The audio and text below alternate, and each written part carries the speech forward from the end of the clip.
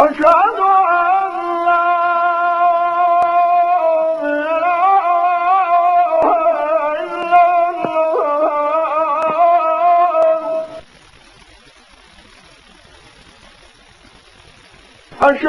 أن لا إله إلا الله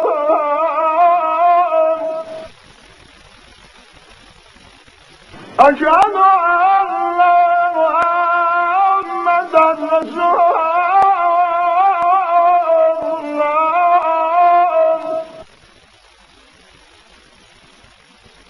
أشهد رسول الله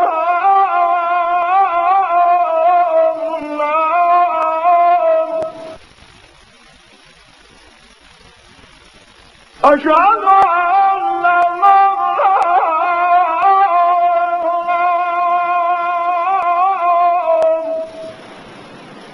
أمير المؤمنين علي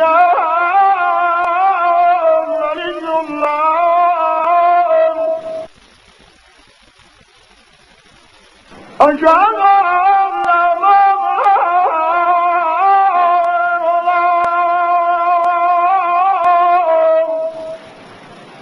أمير المؤمنين علي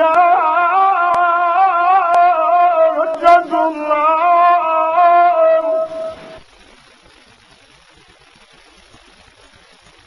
حي على الصلاة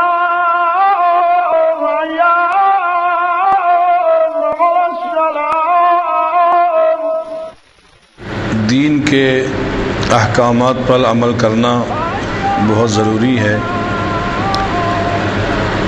اور یہ احکامات انسان پہ اس وقت لاگو ہوتے ہیں جب بچہ بالغ ہو جائے۔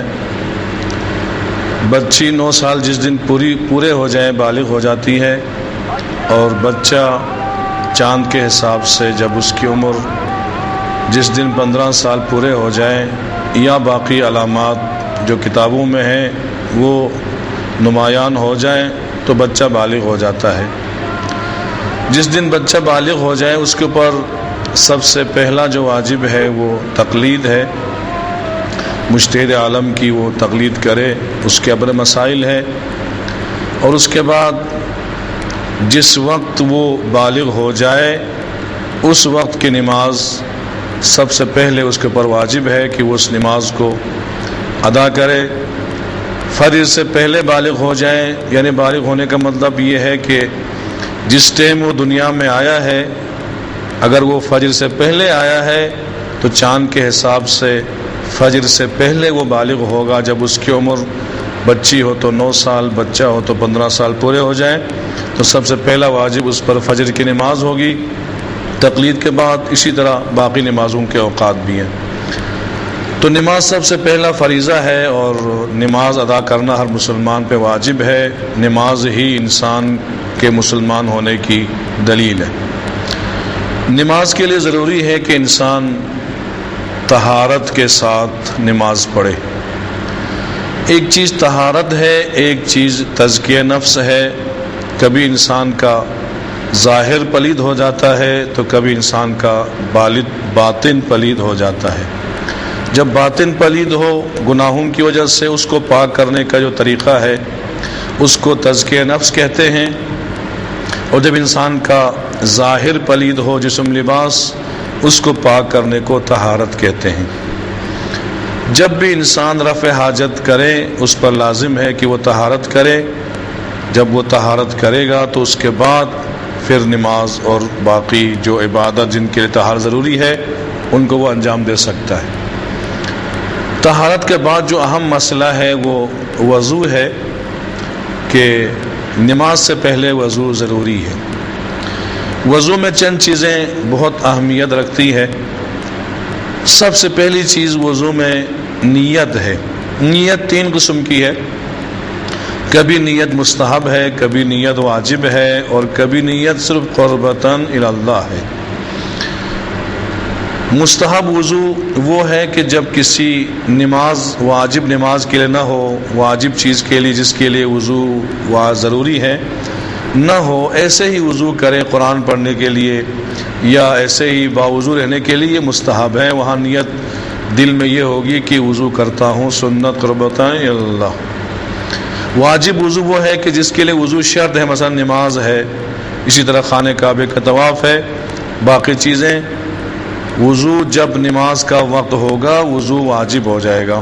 فجر کا وقت ہو گیا، فجر کی نماز کے لیے وضو واجب، اسی طرح ظہر عصر مغرب عشاء کا وقت ہو جائیں تو وضو واجب ہو جائے گا۔ واجب کی نیت سے انسان کرے گا کہ وضو کرتا ہوں ظہر کے لیے یا عصر کے لیے یا کسی بھی نماز کے لیے جو واجب ہے، واجب ہوتا ہے اللہ، یہ واجب کی نیت ہے۔ لیکن کبھی ایسا ہوتا ہے کہ ہمیں پتہ نہیں چلتا کہ نماز کا وقت ہوا ہے یا نہیں ہوا، اس وقت قربتاً الی اللہ کی نیت سے کر لے، وضو کرتا ہوں قربتاً الی اللہ، تو وقت ہو گیا ہے تو واجب کی نیت سے ہوگا، نہیں ہوا تو مستحب کی نیت سے ہوگا۔ لیکن یہ ایک چیز بھی ضروری عرض کرنا چاہتا ہوں کہ اگر کسی نے مستحب وضو کیا ہے، اگر وہ وضو باقی ہے تو اس مستحب وضو سے واجب نمازیں پڑھ سکتے ہیں، دوبارہ واجب کی نیت سے وضو کرنے کی ضرورت نہیں ہے۔ نیت کے بعد پورے چہرے کو دھونا ہے، جیسے کہ ہم نے وضو کر کے بتایا کہ پیشانی کے اوپر بال اگنے کی جگہ سے لے کر تھوڑی تک جو لمبائی میں ہے اور چوڑائی میں انگوٹھا اور درمیانی انگولی کے درمیان جتنا حصہ آتا ہے، لیکن احتیاط یہ ہے کہ اس سے کچھ زیادہ حصوں کو دونوں کانوں تک ایسے دھوئیں کہ ہر جگہ پانی پہنچ جائے۔ یہ چہرے کو دھونا واجب ہے۔ چہرے پہ ایک مرتبہ پانی واجب کی نیت سے، دوسری مرتبہ مستحب کی نیت سے ڈالنا چاہیے، تیسری مرتبہ پانی نہیں ڈالنا چاہیے۔ اگر کوئی تیسری مرتبہ چہرے پہ پانی ڈالتا ہے تو وہ گناہ کرتا ہے، گناہ گار ہے، لیکن اس کا وضو باطل نہیں ہوتا۔ اس کے بعد دائیں ہاتھ کو کوہنی کے اوپر سے لے کر ہاتھ کی انگلیوں کے سرے تک 2 مرتبہ پانی ڈال کے دھونا واجب ہے۔ یعنی یہاں پر بھی وہی صورتحال ہے کہ ایک دفعہ پانی ڈالنا واجب ہے، دوسری دفعہ مستحب ہے، تیسری دفعہ حرام ہے، گناہ ہے۔ اس کے بعد بائیں ہاتھ اسی طرح دھونا ہے۔ اس کے بعد سر کا مسح ہے۔ سر کے مسح کے بارے میں یہ عرض کرتا چلوں کہ کئی صورتیں ہیں، کبھی بال بڑے ہیں، کبھی بال چھوٹے ہیں، کبھی بال گیلے ہیں، کبھی بال کے اوپر تیل لگا ہوا ہے، یہ کئی صورتیں ہیں، تو مختلف صورتیں بنے گی۔ اگر بال چھوٹے ہیں، گیلے بھی نہیں ہے، تیل بھی نہیں لگا ہوا، انہی بالوں کے اوپر سے مسح کیا جائے گا۔ اگر بال بڑے ہیں، یعنی اگر کنگھی کیا جائے تو چہرے تک بال آ جاتے ہیں، یا دائیں سے بائیں، بائیں سے دائیں بال چلے جاتے ہیں، تو اس صورت میں وہ بڑے بال ہیں، وہاں مانگ نکالنی پڑے گی، مانگ نکال کے مانگ کے اوپر مسح کرنا واجب ہے۔ اگر گیلے ہیں یا چکناہٹ ہیں تو خشک کرنا ضروری ہے، صاف کرنا ضروری ہے، اس کے بعد جلد پہ مسح کرنا چاہیے۔